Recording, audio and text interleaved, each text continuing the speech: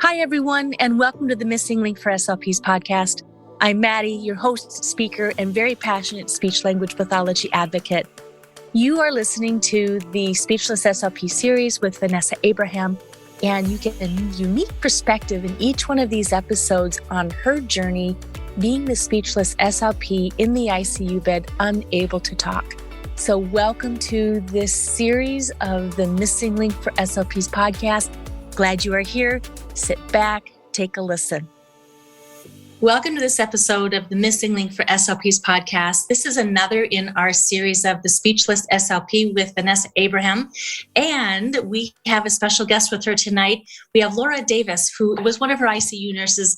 She's going to talk about what it's like treating a critically ill SLP. So welcome, both of you. Hi, thank you. Thank you for having us. Yeah, thank you. So, Laura, let's hear about who you are and why you do what you do. Why I do what I do? Well, I've been a ICU nurse for the last 10 years, graduated in 2012 during the recession. Started my career in organ procurement, then swiftly went into bedside nursing, which organ procurement, what I did also was bedside nursing, just a little bit different. Knowing as like a newer nurse, I did not want to lose my skills. I worked up in the Bay Area at a level 2 trauma hospital, learned a lot up there. But once I came to my current hospital, UCSD, I just knew this is where I wanted to be. I mean, serving the public, also utilizing my brain, my knowledge, growing autonomy, independence. Nursing was definitely an avenue for myself. I was older getting my nursing career started. You know, I was single at the time, and I knew that no matter what, this was going to be an amazing career to pursue. So that's one reason why I got into nursing. But also, I just fell in love with it. I've only been an ICU nurse.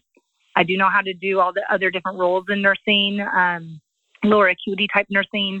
However, working at UCSD, a teaching hospital, again, utilizing my brain, constantly learning. It's always a chance to learn, reflect on what you do, and knowing that not only am I touching my patients' lives, my patients' families' lives, the doctors' lives, my coworkers' lives. It is very involved, and it's very self-gratifying. I'm proud of what I do. I serve my community, and that's really, really what it comes down to. It's a selfless job. It's a job that I wouldn't say job, it's a career path that if I wanted to go further in it, I can. I choose to stay at bedside and work with, again, the public, my people, my community, all different age ranges. We don't work with children where I'm at. It is an adult ICU, but it's a very fulfilling, honorable job. And to be able to know I'm giving back to the community, don't need the praise for it. A lot of people, especially during these COVID times, thank you for what you do. Thank you for what you do. It's like, I guess I'm just kind of born to be, I'm a natural nurturer. I care for what's going on. I want people to be able to do better in their lives so they can live a fulfilled life. And I guess it's kind of, it's become my passion. And I get very excited when I do hear students or people in their, changing careers that they, would love to do nursing. I'm very, very passionate about like educating and influencing anyone who ever wanted to follow that career. So, but it has been very fulfilling being able to just leave it at work and come home and still live a fulfilled life. I don't harbor any negative. I don't harbor any burnout. I know nurses get a lot of burnout, but it is something that I love going to my job every day. And it's not just because of what I do. It's who I work with, the environment I'm in, knowing everything that I get to see on a daily. And like I said, again, it's not just I close my eyes and the monotony of a job, pushing papers, and I'm not downplaying anybody's career or job choice or whatever. But for me, I'm challenged every day. And knowing that I see a difference with these patients that are in their most vulnerable states, very rewarding, very, very rewarding that to have a hand in that. Vanessa, do you remember what it was like when you first met Laura? I remember my initial memory of her is being my night nurse. Okay. I know there were times before that, but due to sedation, medication, I don't remember. But I remember her at night helping me off a cliff, like to the point that, I was so highly anxious that she was always there just offering comfort. That was my initial memory. That's a good memory. Somebody there in the middle of the night in the dark. Absolutely. In the middle of the night, dark, 2 a.m. She was just so comforting to me during those moments that you wake up and you're like, where am I? What am I doing here? She was there. Well, and this is Laura. If I can just speak to that, Vanessa, coming into, again, I know we were very, very close in age, just a couple of years off, but coming into your room, knowing that you knew everything that was going on. ICU can be very scary. They say we're scared of what we don't know and what we're not familiar with. And even myself, until I had my own daughter, I wasn't familiar with the hospital setting. I mean, yes, being an ICU nurse, but I'd never been in the hospital. And at that time, I still didn't have a child myself.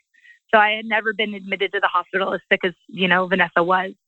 To be able to be her nurse and only understanding the environment that she's in, I wanted to be able to give you some comfort and some like, hey, it's going to be okay. And we are here to help you. And it's very scary, but to be able to, talk to her and explain to her, like, this is why you have this going on. This is why we're doing this. This is why the doctors keep coming in. I mean, Vanessa, you took it like a soldier. I mean, you really did. You communicated so well with us, even when you couldn't talk. And for you to stay as calm as you did, not having your family around at the time, because I know that your husband had to deal with, with your little one at the time and whatnot, but trusting us to be able to take care of you. I mean, the one thing I could do is try to make your environment feel comfortable and not so scary, and that it's going to be okay. You're not going to be here forever. And just giving some sort of hope. And it's not false hope. It wasn't false hope whatsoever. I mean, I knew you had probably a really long road. Again, I don't see any of my patients that leave the ICU. I don't know what happens to them. So to see you come back full-fledged it's a miracle, because a lot of people don't have that recovery. But your perseverance in your recovery was amazing. And if there's a little small part that I can add to that, I mean, I'm going to try to make it as comfortable as possible. And I think, I was scared for you. I would have been scared myself. And so to be able to kind of be that little like light at the beginning of the tunnel, the end of the tunnel, wherever, you were in your recovery. I mean, if I could provide that comfort, it's all part of it, But again, because we were so close in age, it's like I can imagine myself being in the situation that you were in. So a lot of your drive, Laura, comes from the passion and the compassion and the empathy you have for the person that you're treating. Yes. Most definitely. Speaking of just other different types of patients that we get some homeless patients, we get patients who are addicted to drugs, and for whatever walks of life, we all have a story, right? We all have trauma. We all have whatever. We're not there to judge. We're not there to make anybody feel bad about their situation. That's not why people get into nursing. I mean, yes, we take an oath, but it's also about the character of like who you are. And, it, again, you come in, maybe have a drug overdose. Somebody may have a drug overdose. Somebody may just, be down in their luck and, in the worst possible health conditions, but we're not there to judge. We're there to help you get better, to help you get to a point where you can at least walk out of the hospital, or at least get better to go to a lower acuity unit, meaning a less sick unit, and still live your life. Things happen. And that's like one great thing about healthcare in California. We don't turn away anybody who comes to the ER. It doesn't matter if you're the richest person in the country or the poorest person in the country, what your walk of life is. It doesn't matter. We're there to help you. And I think that that's like, compassion for all nurses. They have it all. They have this, hey, this is what's happening. This is how we can help you. I mean, you can only lead a horse to water, but you can't make them drink it. However, we still fight the good fight to help those people, get them to at least the baseline that they were at before they came to us in their situation. So having that compassion, it's not our place to judge. It's not our place to, have negative thoughts or negative attitude. It's there literally, it's to help and to be that I guess, guiding light and maybe that support that these patients don't have. Even, Vanessa, I know you had tons of support. You had your family, but in that instance, even at night and those lonely nights when your family couldn't be there, we're your support. We're those patients' support. It's a very intimate job. It really is. How did you do that, Laura? How did you provide that support in the middle of the night when she was alone in ICU and didn't have that family or friends? Well, I remember coming in and I do this with most of my, with all of my patients, especially, again, we didn't know what was wrong with her. Mm-hmm. We didn't know. And so, she was intubated. She couldn't talk.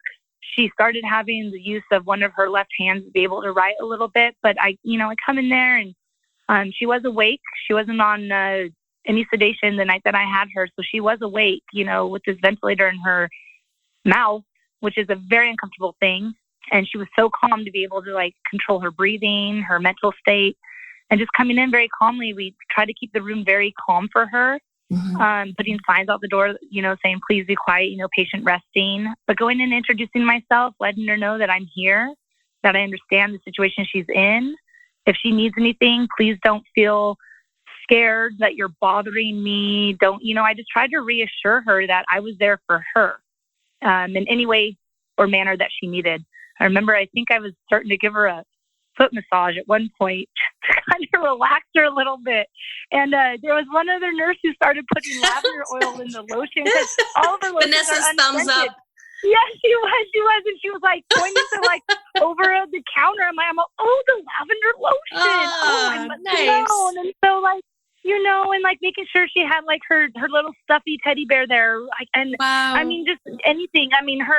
If her head was kinked, if she didn't like it, she couldn't move her body. So being able to make her as comfortable as possible, turning the lights on, making sure she had her phone within arm's reach, making sure she had her little writing board and her eraser, her call light, if she wanted music or not music, if it was loud or too loud, too much light, letting her know, hey, if I have to draw these labs, do you want me to do this when you're more awake? Do you want me to do this now?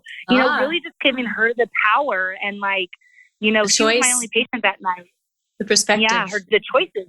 She is a patient. We're there to, yes, do the things that we need to do medically, but also make her feel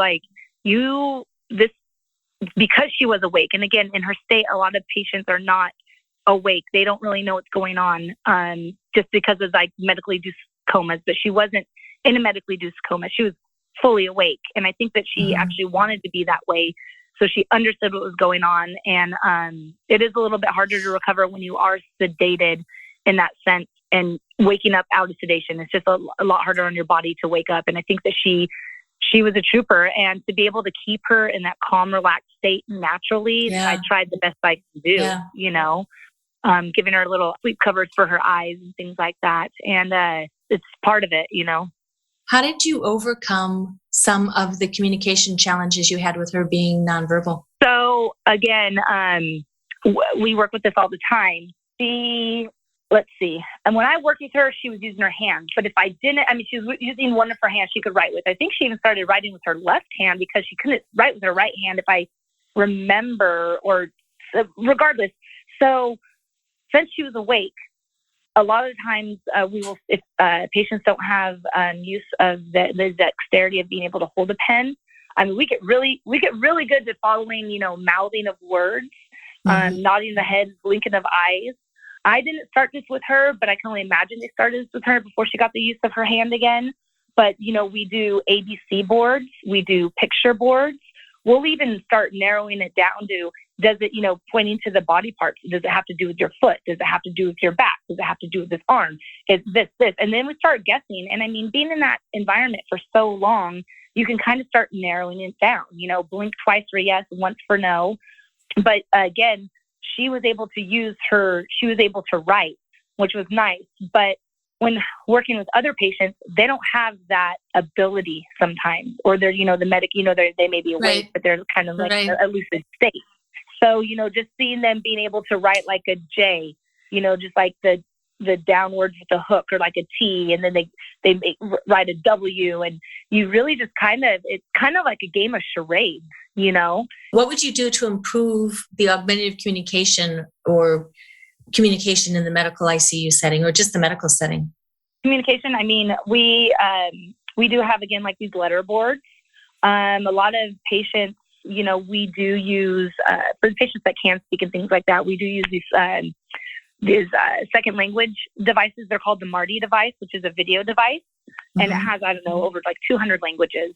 But patients who can't talk, who are intubated, again, we use nonverbal communication. We try to point. We try to use common things that we may think that they need, pain medication, give us a thumbs up if they can. We use a lot of physical therapy. I mean, our physical therapists and speech pathologists, once patients can speak, I believe, when Vanessa was able to get the tube out of her throat, because a lot of patients, they can't have that tube in their throat for too long. It starts breaking down the tissue and things like that. It's not meant long term. So patients do have to end up getting a tracheostomy in their throat, which a lot of patients and family members are very scared about doing, but it's not necessarily a permanent thing. It can always be reversed. Like in Vanessa's case, if you are on a ventilator for so long and then trying to go to, if you do get a tracheostomy, all of that atrophy in your muscles start, they start getting weak and you have to retrain.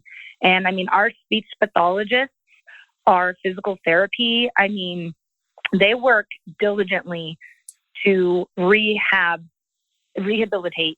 our patients. Vanessa was a soldier, like I tell you. Again, when she was communicating, she could write on her board with me, but she couldn't move her feet. She couldn't move whatever, she would kind of point a little bit or write it down. So that was really nice. But I remember, hearing, physical therapy coming in and like working with her, and her just like, she was so determined to get her function back that like I said, she excelled so quickly. She just had that mindset. But when I remember she did have to get a tracheostomy, and I wasn't there that day because it was during day shift, but they had her going through our unit on a ventilator, attached to her throat, after working with physical therapy enough times, doing squats and walking around our unit. I mean, I've never seen that in the 10 years of being a nurse. I've never seen that. We always talk about ICU liberating, like getting patients to get up and walk around on the ventilator. Yeah, right. That never happens. Our one thing is trying to get them off the ventilator, and then let's start working with PT, OT, speech therapy. But one thing with speech therapy that's really nice is, if they do have to get a tracheostomy, then we start working with what's called a Passamere valve, which is like the little cuff that goes over your tracheostomy. If you can tolerate it, to where you I can worked with one today. Vocal cords. Yep. And then, a lot of patients with tracheostomies, if they can't necessarily speak, or they can, we could uncuff it to mean it's still in your throat, but you can start passing food and eating and drinking and swallowing. But it's all about repetition of the muscles. And that's, again, speech therapy. We really don't mess around with it in the hospital. If you have any type of like asymmetrical tongue deviation, mouth deviation, we have with a lot of stroke patients, if there's anything that's wrong with like the mechanics of your mouth and voice, we rehab it, and we take it very slow. So you don't aspirate, get things in your lungs and cause pneumonia, and then you have to go back on the ventilator because now you have pneumonia and you're sick again. I mean, it just can be catastrophic to like the downside if we rush it too fast. But with Vanessa, again, she was so determined, and she was so determined for her little girl and her family. Like, she kept on saying every time, I mean, even when I wasn't her nurse, I'd come in and be like, "How you doing, girl?" She's like, I'm working for her. Yeah. And that was her determination. And I've never seen somebody turn around with what was going on with her so fast. But I mean, we have to also thank our speech pathologists and all of our speech and language therapists that, take their time. They know what they're doing. Our PTOT, physical therapy, occupational therapy, getting, brushing your teeth, because none of her muscles worked. None of them. And to be able to get that function back, I mean, the neurons take forever. They're some of the slowest things to like rehab. And for her mind to just said that I'm getting out of here. I need to get back to my little girl. So it was really nice to see all that happened for her so fastly, so swiftly, and how determined she was. Well, this whole episode is flying by. We only have like 10 minutes left. Vanessa, we've hardly taken a breath. Is there anything you want to add? Because I have like 2 more questions for Laura. Yeah, it just kind of brings a smile to my face when she says that I was a soldier, because I felt like I was the furthest thing from being a soldier. I felt so weak and terrified, and I think I even mentioned this in one of the old podcasts about just everybody was always there for me. Laura definitely was always there for me, and I never wanted to let anyone down. The team there was so phenomenal that every time they came into my room, I always wanted to rise to the challenge, not only because I didn't want to be there, and I knew as an SLP, and Laura, you always said this too, is the curse of the nurse. Well, it's kind of like the curse of being an SLP is, hey, you know that in order to get out of here, you got to work. And I wanted to get out of there, and I knew I had to work for it, but I also didn't want to let my team down. Mm-hmm. I didn't want to let my nurses down. They were working so hard to keep me comfortable and keep my mood lifted, and I just didn't want to let them down. Every time the PT, OT, speech, everybody came into my room, I was just like, okay, I've got to fight hard, because I know from a speech therapist point that, hey, look, it's a lot of work I know it's part of the job, but to come in there and, like Laura says, putting lavender on my feet, they were going above and beyond in every way to make me so comfortable that I didn't want to fail them. I didn't want them to think, oh, there's that one patient in room, whatever, that just sits there in her bed all day and she doesn't do anything. I wanted to be the one that's like, all right, you guys get in here, let's get out of this chair. I never wanted to let them down. I wanted everybody to be like proud of me. It was really weird how that is, but I think that. Well, yeah, and we were, Vanessa. We totally were. Like I say, I still talk about your story to this day. What has it been, like almost 4 years or something like that? Like, it's amazing. It's amazing. I mean, we were so proud of you. Anyways, it's just, you didn't let any of us down. For one, we were just like jaw dropping when like you're sitting there doing squats and. I mean, I wish I was there. I wish I was there to like see it actually. Are you going to have pictures in your book, Vanessa? Speechless, when it comes out? Well, I don't really have any ICU pictures. It's kind of weird because I insisted whenever anybody would bring out the camera with the way I knew how I looked. I hadn't showered in weeks. And I knew that, I'm not going to want to look back on these pictures. But now that it's in the past, I kind of wish there were some pictures just to see how bad I do remember how bad I was, but just to see the pictures. I do have pictures with my team when I did come back to ICU after the fact. Those will be in the book. A big homecoming with, speech and some of my doctors and stuff like that. But we want to do the lightning round before we run out of time. All right. In 1 minute or less. You ready, Laura? You up for the challenge? Okay. Okay. What's a lightning round? We got a minute to answer. So when we planned for this podcast, Vanessa and I put together all these questions. And so I want to make sure that we get through them because there's a lot of listeners on here who are like, I've got some of these questions. So in a minute or less, any strategies for working effectively alongside an SLP from the nursing perspective? Any strategies? Definitely if you do have to work with an SLP, I mean, always communicate with your nurse first. You don't know how tired that patient's been. You don't know what they've done during the night, if they slept, and then also communicate what the patient's done. If they're refusing treatment, if they've had an issue, if there's anything that's wrong. I mean, if there's any other type of interventions that they can think of to help the patient, hey, we tried A, B, C, and D.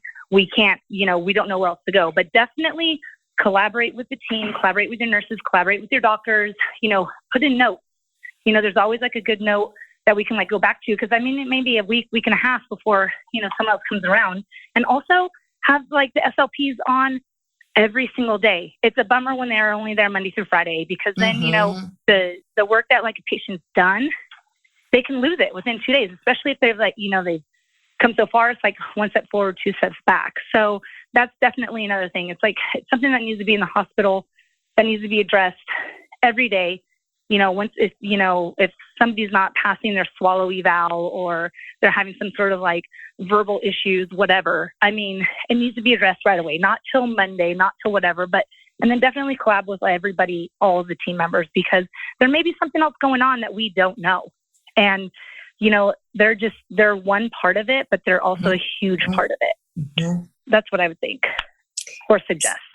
So next question, what does a typical interaction between a nurse and an SLP look like? Most of the times, they come during the daytime. Generally, they're very, the ones that we work with at UCSD, they're very polite. They definitely want to help everybody. We try to forewarn them if, patients are being very verbally abusive or if they're, depressed in some way and they don't want treatment. But again, we collaborate. Sometimes we have to go down and do video swallows. So working side by side, it's just they're another one of our team members. It's just another part of nursing without having the title of being a nurse. That's the same thing with like respiratory therapists, physical therapy, occupational therapy, all the different ancillary teams. They're still part of the team. And so they're there exactly for the same reasons and they do their job. It's just a specified job. So, I give my hats off to them because they do so much that I can't do. I can do if I learn the skill, but I can't do everything as a nurse, as a bedside nurse. I'm there for specific jobs, so having their skill, their expertise is definitely, it is a huge part of like recovering in the ICU. So we've made it through all of the questions except one. Last question is, what advice do you have for a new SLP or a graduate student on working with nurses? You kind of already answered that. Definitely get to know your team. Exactly. Anybody new grad is very scary to go into, certain environments with people that you don't know, but always have an open mind. Always know that, some nurses are not going to be as friendly as others, but it doesn't mean it's anything personal. Do your job. Always know that there's learning points that you're going to come across. You're not going to know everything. Healthcare in general, you learn something new every single day. Definitely know your team and know your outlets. Like if something does happen, like, do you know how to call code? Do you know how to call for help?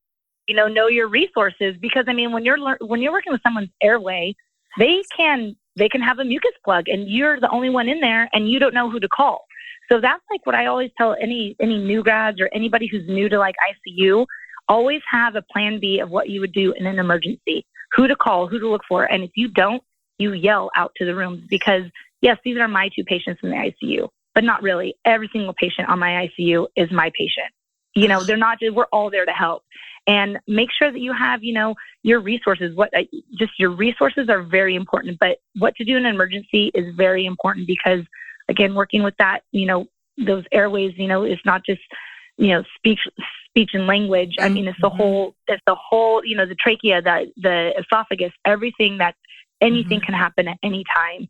And instead of clamming up, always know how to call for help and who to go to, just good communication, basically. That's excellent. Excellent advice. I'm glad we did that deeper dive. I wasn't sure if I wanted to loop around to that question, and I did, and you just gave me so much with that answer. Thank you. Oh, good. I'm glad. Yes, definitely. Final comments, Vanessa?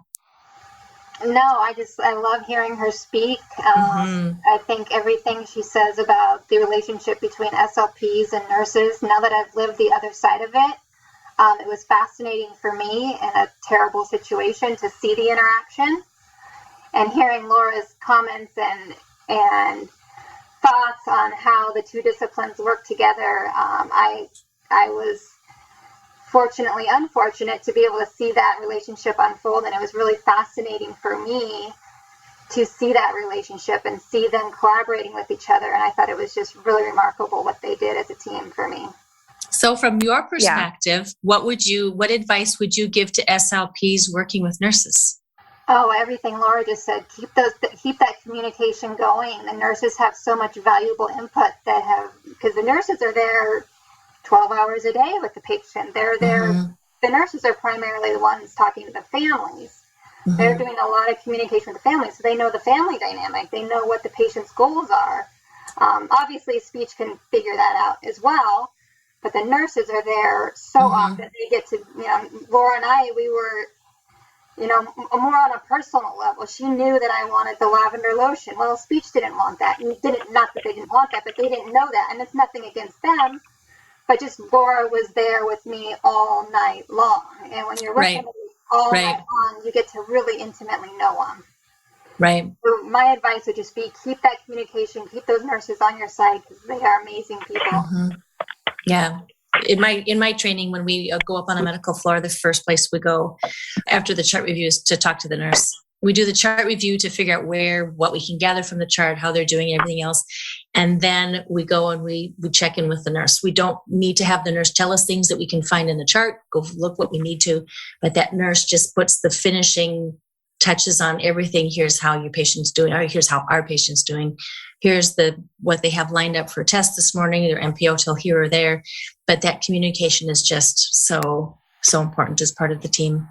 And how the nurses know how the patient's doing emotionally. There were many highs and lows within an hour period for me. And my nurses would know that, okay, it's 2 a.m. and she's feeling this, or it's 2 p.m. and she's feeling this. So they are definitely in connection with that patient. Well, thank you both for coming on. Thank you. Yes, you're very welcome. Anytime. Thanks, Laura. Great. All right. Thank you. We may pull you back another time. Thanks. That's okay. I'm here. Hey, use me. I'm good. So, hey, SLPs, that concludes this episode of the Missing Link for SLPs podcast. Please visit my website at freshslp.com, follow me on Instagram, or jump on Facebook to connect in our safe and friendly Fresh SLP community, where we are empowering new and transitioning SLPs.